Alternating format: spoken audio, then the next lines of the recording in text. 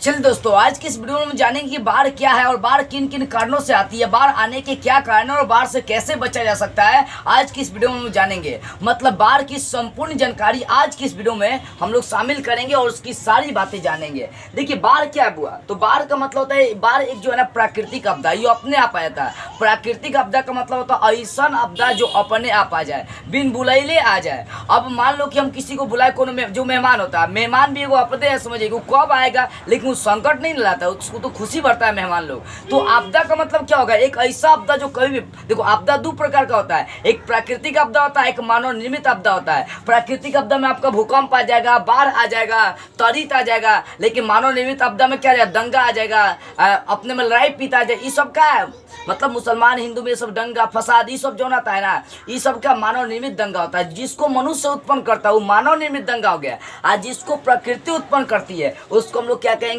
प्राकृतिक आपदा कहते हैं। तो बाढ़ जो होता है ना, पूछेंगे बाढ़ क्या है, तो एक प्राकृतिक आपदा है। क्यों? क्योंकि ये अपने आप आती है, कब आएगा ये कोनो नहीं जानता है। जैसे भूकंप हो गया, भूकंप कब आएगा कोनो नहीं जानता है। मेहमान हो गया, मेहमान अपने आप आएगा, उसको बुलाते हैं। मेहमान क्या होता है, बिन बुलाइले कई बार चला आता है, तो वही होता है आपका आपदा, प्राकृतिक आपदा। बिन बुलाए वो कबो चला आएगा, ये कोई नहीं जानता, वही आपका प्राकृतिक आपदा होता है। ठीक है, तो प्राकृतिक बाढ़ कौन सी आपदा है, बाढ़ एक प्राकृतिक आपदा है। क्या है, बाढ़ एक क्या है, प्राकृतिक आपदा है। अब देखो बाढ़ क्यों आती है, ये तो समझ गए। बाढ़ क्या है, बाढ़ क्या एक प्राकृतिक आपदा है। अब बाढ़ आने के रीजंस क्या है, बाढ़ आने के कारण क्या है, तो ध्यान दीजिएगा। बाढ़ आने के करीबन 3-4 मैं आपको कारण बता रहा हूँ जो बहुत इंपॉर्टेंट है। बाढ़ आने का सबसे पहला कारण है जोरदार एकदम बारिश होना। क्या होना, खूब बारिश होना, एकदम जोरदार बारिश होना। अगर लगातार 24 घंटा बारिश हो रही है ना, लगातार समझिए खूब बारिश हो रही है, तो वो बारिश जो है ना किसका रूप धारण कर लेगा, एक बाढ़ का रूप धारण कर लेगा। अभी देख रहे हैं ना कई जगह बाढ़ आई हुई है। तो बाढ़ आने का रीजन ये है कि ज़्यादा बारिश हो जाएगा तो वो बाढ़ आ जाता है। तो बाढ़ आने का पहले का कारण क्या है, ज़्यादा बारिश हो जाएगा तो बाढ़ आ सकती है। ठीक है ना। और दूसरा कारण क्या है, देखो बुआ, दूसरा कारण होता है बर्फ का पिघलना। बर्फ का पिघलना, कई एरिया में क्या होता है जहाँ बर्फ रहता है वहाँ पर टेम्परेचर जब बढ़ने लगता है ना पृथ्वी का, जैसे जैसे टेम्परेचर बढ़ना स्टार्ट हो जाएगा वो बर्फ पिघलने लगता है। और जब बर्फ आपका बर्फ पिघलना बर्फ क्या होता है, जब पृथ्वी का टेम्परेचर बढ़ने लगता है तो कई एरिया में आपका बर्फ रहता है, वो बर्फीली जो एरिया होता है ना पिघलने, मतलब बर्फ जो होता है वो बर्फ क्या हो जाएगा, पिघलने लगेगा। और जब ये बर्फ पिघलेगा तो भाई जल का रूप धारण करेगा, और काफी मात्रा में आपका बर्फ पिघल गया तो वो आपका बाढ़ का रूप धारण कर लेता है। तो बाढ़ आने का भी दो कारण देख लिए। पहला कारण क्या है, तो बाढ़ आने का पहला कारण है बारिश, जोरदार बारिश हो जाना, और दूसरा कारण है बर्फ का पिघलना। जब काफी मात्रा में बर्फ पिघलने लगती है तब वो बाढ़ का रूप धारण कर लेती है। और तीसरा जो रीजन है ना वो बहुत बड़का रीजन है। तीसरा आपका रीजन है बांध, जिसको डैम कहते हैं, डैम का टूटना, बांध का टूटना। देखो बुआ, तो जो बांध, मान लो कि नदियाँ उदिया है वहाँ पर बांध बांधी गई है, जल मान लो कि ये आपकी नदियाँ है, ठीक है ना, ये आपकी नदियाँ है, अभी नदियाँ है और यहाँ पर इसको घेरा गया, बांध एकदम बढ़िया से बांध दिया गया है। अब सोचिए अब क्या होगा, किसी कारणवश से आपका ये बांध जो है कमजोर पड़ गया, अब नदियाँ इस बांध को तोड़ देंगी, और जब तोड़ देंगी तो भाई तो वो अपने अगल बगल के सारे एरिया को अपने चपेट में ले लेगा। तो कहने का मतलब बांध का टूटना, जब बांध जो डैम होता है, डैम इसको इंग्लिश में कहते हैं, जो बांध होता है ये सब टूट जाएगा ना तो बाढ़ आ जाती है। तो ये तीनों रीजन आपको समझ में आ गई होगी बाढ़ क्यों आती है। तो बाढ़ आने का रीजन पहला है बारिश, जोरदार बारिश हो जाएगा तो भी बांध आएगी। दूसरा रीजन क्या है, बर्फ, मतलब ज्यादा मात्रा में पिघल जाएगा तो भी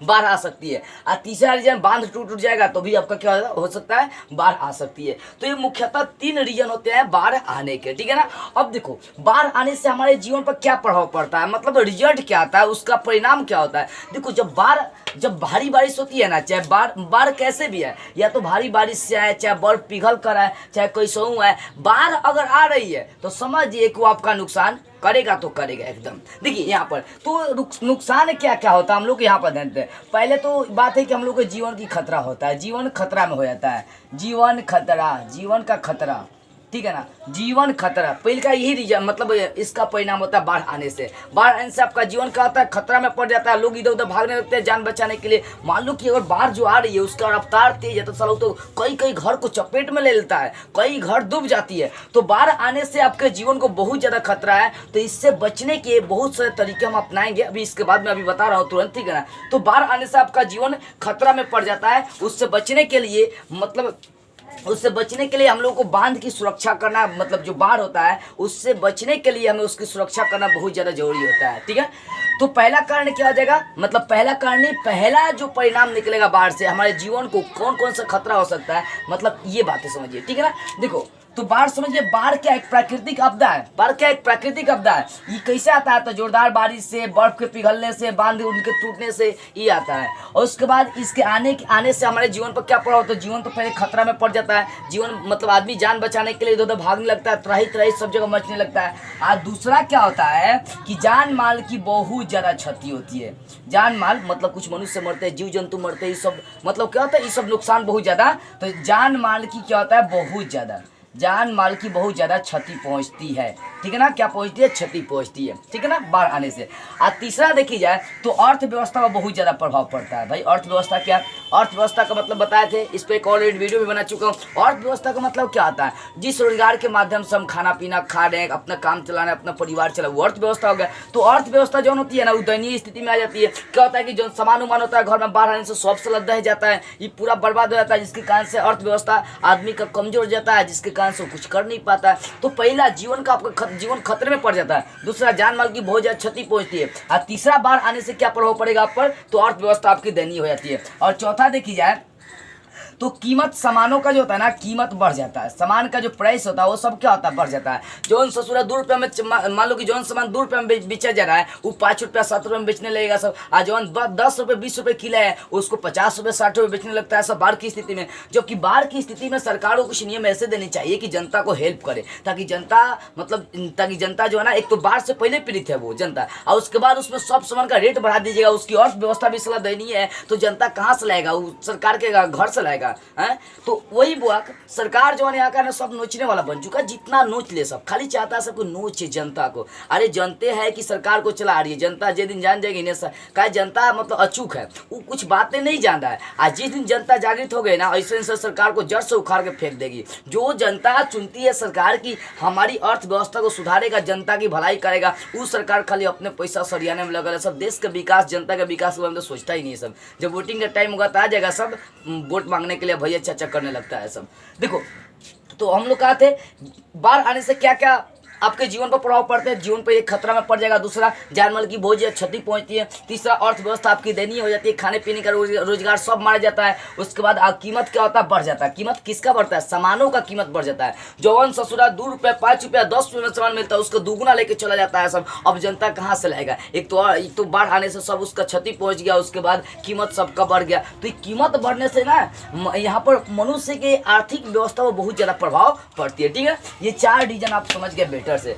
और भी इसके रीजन होते हैं बहुत सारे। बाढ़ आने से बहुत ज़्यादा क्षति पहुंचती है, ठीक है ना। तो कीमत जो है ये बहुत भारी मात्रा में बढ़ जाती है, ये बहुत ज़्यादा प्रभाव डालता है। तो बाढ़ आने से बहुत ज़्यादा प्रभाव पड़ता है, जिसमें से आपका ये कुछ है, जीवन खतरे में पड़ जाता है। दूसरा जान माल की बहुत ज़्यादा क्षति पहुंचती है। तीसरा अर्थव्यवस्था आपकी दयनीय हो जाती है। और चौथा हर सामानों का कीमत बढ़ जाता है, जिस सामानों को हम लोग खरीद नहीं पाते हैं। कई बार इधर देखिए क्या जा रही थी इधर कि जहाँ बाढ़ आया था वहाँ पर लोग क्या कर रहा था, 2-2 किलो 3-3 किलो चिवड़ा बांट रहा था। वो ससुरा ही बांट रहा था। सरकारी फंड आए चाहे नहीं, या कुछ गाँव के जो लोग थे वो क्या कर रहे थे, अपन समूह बिटोर के गाँव एरिया का क्या कर रहे थे, चिवड़ा उड़ा चावल वाल बांटने का काम कर रहे थे। चलिए वो अच्छा काम किए, बढ़िया, हेल्प करनी चाहिए, ठीक है ना। 2-4 किलो भी दिए तो 1 दिन तो कम से कम खाए होंगे लोग ना।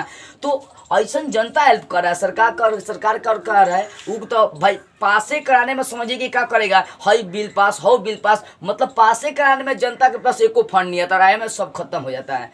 तो ध्यान दीजिएगा। तो समाज के विकास के लिए क्या है ना कि हमें अच्छा मुखिया, अच्छा विधायक, अच्छा मुख्यमंत्री, अच्छा MP UP ये सब चुनना पड़ता है, क्योंकि ये सब जनता के हाथ में होता है। और जनता चाहेगा तो कुछ भी कर सकता है, लेकिन जनता कुछ चटोर हो गया, सब पैसा के लिए क्या करता है, सब गलत मतलब शासन व्यवस्था चुन लेता है, सब गलत CM चुन लेता है, सब गलत मुखिया चुन लेता है, सब औसन मुखिया चुनता है, सब गाँव का विकास नहीं करेगा ससुरा। तो ऐसा सब मुखिया के तो चप्पल से मार के भगानी चाहिए। देखो तो समझ में आ गई बुआ। तो बाढ़ क्या एक प्राकृतिक आपदा है, बाढ़ क्या है एक प्राकृतिक आपदा है। ये कबो आ सकता है, ये कोई नहीं जानता है कबो आ सकता है, ठीक है। और बाढ़ आने के क्या क्या कारण, जोरदार बारिश हो सकती है, बर्फ पिघलना, बर्फ काफ़ी मात्रा में पिघल जाएगी तो भी बाढ़ आ सकती है। और तीसरा बांध या डैम का टूटना, जब बाढ़ टूट जाएगी नदी का तो क्या हो जाएगा, बाढ़ आ जाएगा। उसके बाद इसके आने से आपके जीवन पर क्या प्रभाव पड़ता है, तो जीवन भाई खतरे में पड़ जाता है, जल माल की बहुत ज़्यादा क्षति पहुँचती है, घर उर सब फंसने लगता है, लोग ऊंचे स्थानों पर भागने लगता है। और उसके बाद अर्थव्यवस्था, मनुष्य की दयनीय स्थिति, मतलब जो कमाने उमाने का रोजगार रहता है वो सब साला मारा जाता है। और उसकी जो सामानों का कीमत होता है दुकान पर, ये सब दुगना बढ़ाता है। वही स्थिति में तो दुकानदार सब लूटता है, सब 5 रुपये वाला सामान 10 रुपये में और 100 रुपये वाला सामान 200 में बेचना स्टार्ट कर देता है, सब लहर लूटता है। सब देखता है सब अब ससुरा जइहन का, हमरे भी नहीं अइहन, पहले अर्थव्यवस्था अच्छा था तो जा रहे थे इधर से खरीदने, अब कहाँ जाएंगे, हमारे पास आएंगे। अब मान लो कोनो उधार लेने गया दुकान पर, अब उधार लेने गया तो जान रहे दुकानदार की भाई हमारे पास उधार लेने के लिए, अब चढ़ा बढ़ा के रेट डाल देगा, 10 रुपये का जवाब 20 रुपये का, इतना लेवे के बाद तो भागा, काम खत्म। तो कहने का मतलब है कीमत सब सामान का बढ़ जाती है, जबकि इस बात पर सरकार को ध्यान देनी चाहिए, लेकिन ससुरा सरकार ध्यान देता नहीं है। तो समझ में आ रही बुआ। अब देखिए ये तो समझ गया बाढ़ कैसे आती है, बाढ़ क्या है, बाढ़ आने से आपके जीवन पर क्या प्रभाव पड़ते हैं। अब हम लोग चर्चा करते हैं कि बाढ़ से कैसे बचा जा सकता है, बाढ़ से बचने के क्या क्या उपाय है। उत्तरी जोन बिहार होता है ना, उत्तरी जोन बिहार ये हमेशा नेपाल से जो नदी उदय, मतलब हिमालय से जो नदी उदय होकर आती है, हमेशा उत्तरी बिहार को प्रभावित करके रहती है। मतलब कहने का मतलब जो बिहार है, बिहार का जो उत्तरी छोर है वो बाढ़ प्रभावित क्षेत्र माना जाता है, उत्तरी बिहार, ठीक है ना। और दक्षिणी बिहार जो है वो सुखाड़े से हमेशा भयभीत वो सूखले रहता है, और उत्तरी बिहार हमेशा बाढ़ से तड़ित रहता है। बिहार का ही कंडीशन है, जबकि सरकार इस पर साफ ध्यान नहीं देती है। का कैसे बिहार का विकास हुआ कोई जानता ही नहीं है। चलिए छोड़िए वो बात है रे। बाढ़ से कैसे बचल जा सकता है बुआ। देखो बाढ़ से बचने के लिए बहुत तरीका आप अप्लाई कर सकते हैं। पहले का, बाढ़ आने से पहले कुछ ऐसा मतलब मशीन या यंत्र या सिस्टम की आविष्कार कर देनी चाहिए, SYSTEM।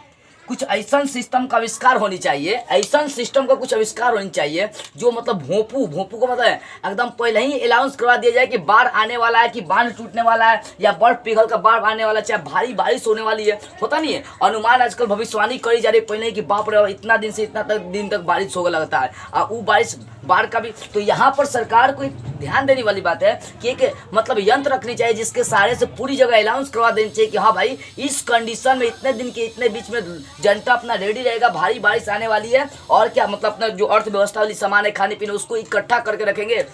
बाढ़ आ सकती है तो अपना सुरक्षित स्थान पर चले जाएंगे लेकर। और तो डायरेक्ट बाढ़ आ जाएगा ना तो काम खत्म हो जाएगा। बिहार में कई बार जबरदस्त बारिश आया, ऐसा बार बारिश आया, लोग सुतल है यार, सुतले सब बारिश आया, खटिया के नीचे पूरा पानी भर गया, चौके के नीचे पानी भर गया, ऐसे सब बाढ़ आता है, मालूम ही नहीं चलता कब बाढ़ आता है, ठीक है ना बुआ। तो ऐसा भोपू रखनी चाहिए, कुछ यंत्र रखनी चाहिए यहाँ पर मतलब सरकार को, कि जिसके माध्यम से जनता को पहले ही 2-4 दिन मालूम चल जाए कि क्या बाढ़ आने वाली है। और दूसरी बात क्या है, दूसरी बात पर ध्यान दीजिए, ठीक है ना। पहले का समझ गया भोपू यंत्र, मतलब कुछ ऐसे सिस्टम का आविष्कार करनी चाहिए जिसके माध्यम से 2-4 दिन पहले ही जनता को अलर्ट कर दीजिए कि अपना अलर्ट रहिए, बाढ़ आ सकता है। और दूसरी बात देखते हैं, देखो बाढ़ रोधी भवनों का निर्माण, आप देखिए बाढ़ रोधी भवनों का निर्माण, जब भी भवन का निर्माण कर जाना तो उसको बाढ़ रोधी, आजकल जो भी घर बन रहा है सब बाढ़ रोधी। और मतलब क्या है ना, उसका जो पिलर एकदम बड़ियार कर जा रही है कि बाढ़ आने से बहुत ज़्यादा मतलब वो जो ना ढिमला नहीं जाए। बाढ़ में क्या होता है, सारा जो मकान कम है, जिसका नींव कमजोर होता है ना, उस सारा मकान ढिमला जाता है अपने आप, जैसे लगता है कि उसका देह में जाना नहीं, एकदम मरने के कंडीशन में आ गया है। तो बाढ़ रोधी भवन का निर्माण करनी चाहिए। कैसा निर्माण करनी चाहिए, बाढ़ रोधी भवन का निर्माण करनी चाहिए, ठीक है ना। भवन का जो निर्माण है वो कैसा करना, बाढ़ रोधी, जो बाढ़ को रोक सके ऐसे भवन का निर्माण करनी चाहिए। और तीसरा देखी जाए तो तीसरा क्या है कि जो हमें क्या करना, जल संचयन के लिए वो जो घर होता है उसके ऊपर कुछ डिब्बा डुबिया लगवानी चाहिए। डिब्बा डुबिया मतलब बाल्टी मत लगा दीजिएगा, गिलास पतल मत लगा दीजिए। जल संचयन के लिए बहुत सारा डिब्बा, बहुत बड़का यंत्र आता है, ठीक है ना, देखे ना सब जगह लगल रहता है। तो वही जल संचयन इकट्ठा करने के लिए, क्योंकि भारी बारिश से भी बाढ़ आता है ना, तो जो बारिश हो ना भारी बारिश, तो उसके जल को इकट्ठा करे, हर जगह इस पर ध्यान देनी चाहिए। और खासकर नदियों और नहरों पर सरकार को ध्यान देनी चाहिए। नदी और नहर का रास्ता उधर सब सुधर गया ना, बाढ़ बांध उन पर भी ध्यान देनी चाहिए। बांध उन पर बेटर से ध्यान दे दिया गया तो बाढ़ आएगा कैसे, लेकिन इस पर ध्यान देगा नहीं सब। अब बांध बनाने के लिए बहुत सारा पैसा आता है, और पैसा सरकार भी से आते आते सब विधायक मुखिया सब खाते खाते काम खत्म, 1 रुपया नहीं बचता। हो गया बाढ़ का मरम्मत, काम खत्म, लिस्ट में नाम चल जाता है कि हाँ भाई बाढ़ का मरम्मत हो गया, काम खत्म। ऐसा कंडीशन हो गया, क्या कहल जाए, कैसे विकास होगा, कुछ नहीं हो सकता है। तो समझ में आ रही है, बाढ़ समझ गया, बाढ़ समझ में आ गई बुआ। तो अब देखिए हम लोग जानते हैं बाढ़ से कैसे बचल जा सकता है। तो कुछ ऐसे भोपू का निर्माण करें जिससे हमें मालूम चल जाए 2-4 दिन पहले ही है कि बाढ़ आने वाली है, जिससे जनता अपना अलर्ट रहेगा भाई। और दूसरा का बाढ़ रोधी भवन का निर्माण करेंगे, बाढ़ आने से भवन टूटे फूटे नहीं। और तीसरा का बात क्या बता दिया मैंने कि आपको जल संचयन, जल को इकट्ठा करने के लिए बहुत सारे मतलब क्या करें, जल इकट्ठा करने के लिए ऊपर बहुत सारा डिब्बा डुबी, मतलब छोटा छोटा डिब्बा मत लगाएगा, बार बार बोल रहा हूँ, बड़का बड़का डिब्बा लगवा देना चाहिए ताकि जो भी जल है उसमें इकट्ठा हो। ये एक घर से नहीं होगा, पूरे घर में होनी चाहिए। मतलब अपना जो मान लो कि कोई भी एरिया हो, बिहार हो चाहे यूपी कोई भी हो, उस पूरे एरिया में जल संचयन इकट्ठा करने वाला मशीन लगवा देना चाहिए। इस पर सरकार को ध्यान देना चाहिए, ठीक है ना। आज चौथा बात है आपको ध्यान देना है कि जो बांध उंध होता है इसकी मरम्मत ध्यान से हर साल सरकार को करवानी चाहिए, देखभाल करवानी चाहिए कि हाँ भाई ये बांध का कंडीशन का है, ये बांध में का कोनो दरार उरार तो नहीं पड़ल है। लेकिन सरकार तो यहाँ ध्यान नहीं देगा, वो तो अपने खाने पीने में लगल रहेगा, सब अपन पेट भर भी नहीं, वो दूसरा का खाना छीन को वो खा जाता है। सब ऐसा सब कर देख रहा है कि एकदम बढ़िया बढ़िया चटक मटक खाना खा रहा है तो आएगा और उसका भी खाना छीन के ससुरा भाग जाता है सब। और ऐसा जनता मतलब जनता सरकार चुनाए कि जनता का खाना तक छीनने के लिए रेडी रहता है, सब हेल्प नहीं करेगा। देखो समझ में हुआ। तो ये चौथा रीजन मैंने आपको बता दिया, बाढ़ की सुरक्षा काफी मात्रा में हर साल सरकार को करवानी चाहिए, मरम्मत उसकी करवानी चाहिए, तब जाकर बाढ़ नहीं आ सकती है। तो ऐसे आप बांध से क्या बांध से बाढ़ आने से रोक सकते हैं, बच सकते हैं। 3-4 सुरक्षा, पहला कुछ सिस्टम का आविष्कार जिससे 2-4 दिन पहले ही पता चल जाए कि बाढ़ आने वाली है। दूसरा बाढ़ रोधी भवन का निर्माण। आज तीसरा मैंने बता दिया कि जल संचयन करने के लिए कुछ मशीनें हर घर में लगी रहनी चाहिए, कुछ यंत्र हर घर में लगी रहनी चाहिए। चौथा बांध उनकी हर साल, चौथा जो ना बांध उनकी हर साल सुरक्षा होनी चाहिए, हर साल मरम्मत होनी चाहिए। तो समझ गया बाढ़ क्यों आती है, बाढ़ क्या है, बाढ़ आने के क्या क्या कारण है, बाढ़ आने से हमारे जीवन पर क्या क्या प्रभाव पड़ता है और बाढ़ से कैसे बचल जा सकता है। ये सारी बातें आप बेटर से समझ गए, ठीक है ना। आई होप ये बाढ़ से संबंधित सारी बातें आपको बेटर से समझ में आ गई होगी। तो बस आज की इस वीडियो में इतना ही। अगले वीडियो में हम लोग एक नई टॉपिक को स्टार्ट करते हुए फिर मिलेंगे।